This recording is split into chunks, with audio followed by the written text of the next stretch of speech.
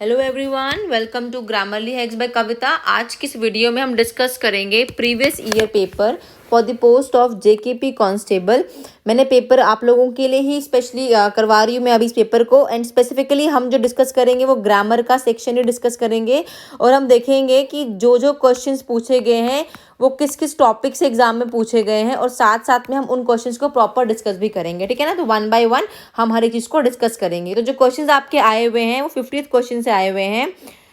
50वां question जो है वहाँ से आपका इंग्लिश स्टार्ट होता है। और देखो पहला क्वेश्चन लिखा हुआ है यहाँ पे सेक्रेड मीन्स। देखो आपको डायरेक्ट क्या है, गिवन वर्ड दे रखा है सेक्रेड और आपको बोला है कि इसका मतलब क्या, इस वर्ड का क्या मतलब पूछा गया आपसे। ठीक है ना, तो अब एक होता है स्केर्ड वर्ड, कंफ्यूज नहीं होना। देखो एक होता है सेक्रेड, मतलब कोई पवित्र चीज़ है जिसको आप होली जानते हो। होली बुक हो गई, जैसे बाइबल है आपका, कुरान है आपका, गीता है आपका, पवित्र किताबें हैं, है ना। ठीक है ना, या इसको सिंपली कह लो कनेक्टेड टू गॉड, भगवान से लिंक है, तो ये होता है सेक्रेड। ठीक है ना, एक होता है स्केर्ड, वो होता है डरना। तो बच्चे क्या करते हैं, हड़बड़ाहट में ए का फर्क देखते नहीं है। ठीक है ना, अब ये दोनों वर्ड्स हमारे कंफ्यूजिंग वर्ड ही कैटेगरी में भी आ सकते हैं, तो ध्यान रखना। और मैंने आपको कंफ्यूजिंग वर्ड करवा रखे हुए हैं। ठीक है ना, लिख देती हूँ मैं वर्ड स्केर्ड।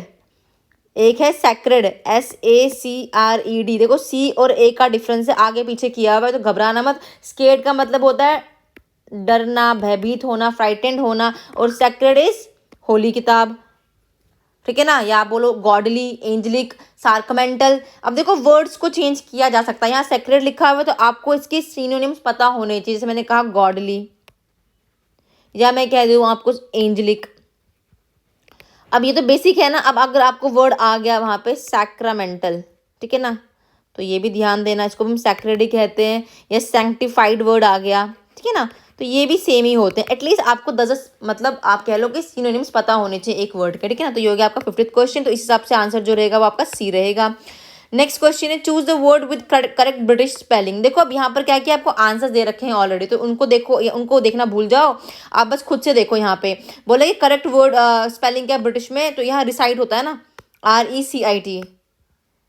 RES तो नहीं होता, वाई भी नहीं होता, और RICIT भी नहीं होता, तो ये भी स्पेलिंग का क्वेश्चन है। ठीक है ना, रिसाइट का मतलब भी क्या होता है कि जोर से बोलना किसी भी पीस ऑफ राइटिंग को, है ना। तो रिसाइट करो, जैसे हम पोएम्स को क्या करते हैं, रिसाइट करते हैं ना पोएम्स को, तो ये रिसाइट वर्ड आ जाएगा यहाँ पे। तो आपका सी ऑप्शन हो जाएगा इस क्वेश्चन के लिए।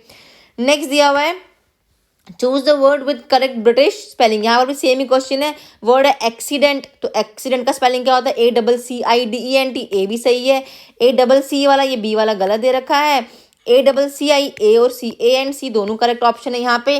ठीक है ना, अगला क्वेश्चन है 53rd choose the word with correct, again British spelling का क्वेश्चन आया है, कंसीव करना, है ना। अब देखो कंसीव वर्ड है तो स्पेलिंग क्या होगी, CONCEIVE। और इस कंसीव का मतलब क्या होता है, जन्म देना, है ना, किसी भी चीज़ को। एक तो आप कह रहे हो उसको प्रेगनेंसी से रिलेट कर सकते हो आप, है ना, कंसीव करना, बेबी कंसीव करना।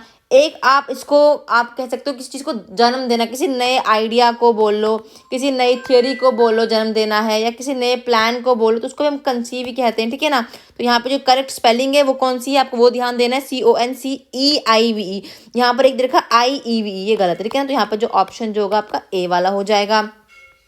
नेक्स्ट क्वेश्चन है अब आपका, नेक्स्ट क्वेश्चन जो आपके वो बिगिन होते हैं दैट इज फ्रॉम 69th। हाँ, लिखा है कि एंटोनिम ऑफ ब्लीक। देखो ब्लीक वर्ड का बोला उल्टा मतलब बताओ आप। ठीक है ना, अब पहले ब्लीक होता क्या है ये पता होना चाहिए हमें, है ना।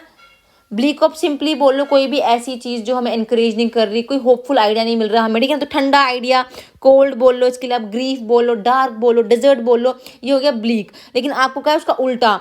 अब कोई चीज़ डार्क है, लूमी सी है ना, जो ब्राइट नहीं है, उसका उल्टा क्या होगा, उसका ब्राइट ही होगा ना उल्टा। तो यहाँ पे जो आपका ए ऑप्शन सही हो जाएगा। देखो बाकी में डिम डार्क है, ये नहीं होगा। डिम भी डार्क को रिलेट करता है, और कॉन्ट्ररी भी क्या होता है, दो अपोजिट चीज़ों को जब हम बात करते हैं उसको हम कहते हैं कॉन्ट्ररी, तो ये भी नहीं होगा।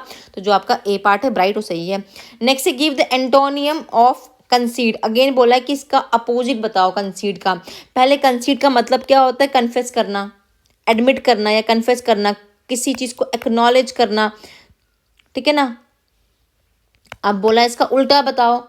अगर एडमिट करना है तो उसका उल्टा क्या होगा, डिनाई करना होगा, है ना। तो डिनाई जो आपका राइट ऑप्शन हो जाएगा बी वाला। और बाकी ऑप्शन बोले हैं देखो एग्री, एग्री तो करना ही नहीं है ना, उल्टा हो गया। और कंसेंट क्या है, ये कंसेंट भी यहाँ पे नहीं आएगा। ठीक है, नेक्स्ट है एंटोनियम ऑफ ऑब्वियस। ऑब्वियस का मतलब क्या होता है, कोई चीज़ हमारे लिए क्लियर है, अपरेंट है, कोई प्लेन चीज़ हमारे सामने, तो क्लियर है तो मतलब वो तो नहीं होगा, वो सेम मीनिंग हो गया। अपरेंट का मतलब भी सेम ही निकल के आ रहा है। तो बचा कौन सा हमारा, ऑब्सक्योर, धुंधला। ऑब्सक्योर को आप बोलो, इसको आप वेग बोल सकते हो, अनक्लियर बोल सकते हो, इसको आप एम्बिगियस बोल सकते हो, ये भी और वो भी वाला थॉट जो आया माइंड में आपके, ठीक है ना, उसको हम बोलते हैं उसका ऑब्वियस, इसका क्या आएगा, उल्टा आएगा, ठीक है ना, मीनिंग यहाँ पे ऑब्सक्योर आएगा, ठीक है। नेक्स्ट है give the antonym of spend. Spend का मतलब ही क्या होता है, खर्चा। आपने कोई पैसा कहीं खर्चा तो आपने वो मनी स्पेंड की, तो उल्टा क्या होगा, एंटोनिम का इसका उल्टा क्या होना चाहिए, सेव करना। खर्चे का उल्टा क्या होगा, सेव। अब सेव कैसे करोगे, सेव के लिए आप वर्ड यूज करोगे अर्न, है ना, तो यहाँ पे जो सही होगा वो अर्न होगा। एक्सपेंड का मतलब क्या होता है, देखो एक्सपेंड का मतलब होता है स्पेंड करना, यूज करना अपनी मनी को, अपने टाइम को, किसी भी चीज़ को किसी काम में ना, वो एक्सपेंड हो गया। एक होता है एक्सपैंड, PAND, है ना, पैंड, ये वाला एक्सपैंड जो होता है इसको खींचना बोलते हैं। फिर डिफेंड, डिफेंड भी नहीं आएगा। डिफेंड का मतलब होता है किसी इंसान को, किसी चीज़ को आप बचा रहे हो किसी गलत चीज़ से, है ना। और अनस्पेंड तो होगा ही नहीं, तो यहाँ पे क्या बचा आपका, अर्न बचा, तो जो यहाँ पे ए पार्ट है वो बिल्कुल सही होगा आपका, ठीक है ना। फिर जो नेक्स्ट क्वेश्चन है वो आपका वो है 77th है इंग्लिश का है कि a tall order mean. A tall order, आपको ये फ्रेज दिया है, या आप कह लो इडियम्स एंड फ्रेजेस करने ही करने हैं आपको, क्योंकि हर एग्जाम में पूछे ही जाते हैं, तो ध्यान देना। टॉल ऑर्डर का मतलब होता है डिफिकल्ट टास्क, तो इसका ए पार्ट आएगा, ठीक है ना, तो A would be the right option for you.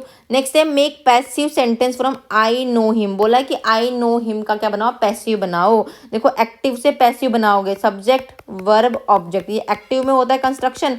आपको जब बनाना होता है पैसिव तो क्या करते हो आप लोग, ऑब्जेक्ट पहले ले आते हो, बाई प्लस सब्जेक्ट लास्ट में लेते हो, है ना। वर्ब की थर्ड फॉर्म तो आती ही आती है, उससे पहले हेल्पिंग वर्ब लगा लेते हो, ये बनता है पैसिव। लेकिन बोला किसका, आई नो हिम। देखो नो है ना जो यहाँ पर, ये जो वर्ड है ये अपने साथ हमेशा प्रपोजिशन फिक्स लेता है टू, तो यहाँ पर ऑप्शन 2 आपको कंफ्यूज करेंगे एग्जाम में। ही इज नोन बाय मी, क्योंकि हमें लगता है कि बाई लगाते हैं ना हम लोग जब बनाते हैं पैसिव, एक्टिव से पैसिव जब बनाते हैं बाई लगाते हैं, लेकिन इस केस में बाई नहीं आएगा, इसमें टू आएगा, he is known to me. क्यों आया टू, क्योंकि नोन के बाद हमेशा आती है to as an fix preposition, rest case में हम बाई लगाते हैं, ठीक है ना। आई होप समझ आ गया होगा। नेक्स्ट क्वेश्चन है आपका which of the following spelling of the word is correct. कौन सी स्पेलिंग जो है करेक्ट है। देखो अब यहाँ पे आपको ऑप्शन रखे हुए हैं, कमेटी, कमिटी, कमिटी, कमिटी। अब जिसको कमेटी की स्पेलिंग आती होगी वो सही लगा के आएगा, तो यहाँ पे डबल एम वाला जो वर्ड है वो सही है, double M double T double E committee की स्पेलिंग में आता है, तो जो आपका ए ऑप्शन है राइट है। तो ये मैंने आपको एक प्रॉपर प्लेलिस्ट बना रखा हुआ है यूट्यूब पे, आप देख सकते हो कंफ्यूजिंग वर्ड्स का, ठीक है ना। साथ में उनके साथ ही आपको कहा था कि आप यहाँ से एंटोनियम और सिनोनिम्स को भी कवर कर लेते हो आप, ठीक है ना, तो प्लीज़ उसको देखो।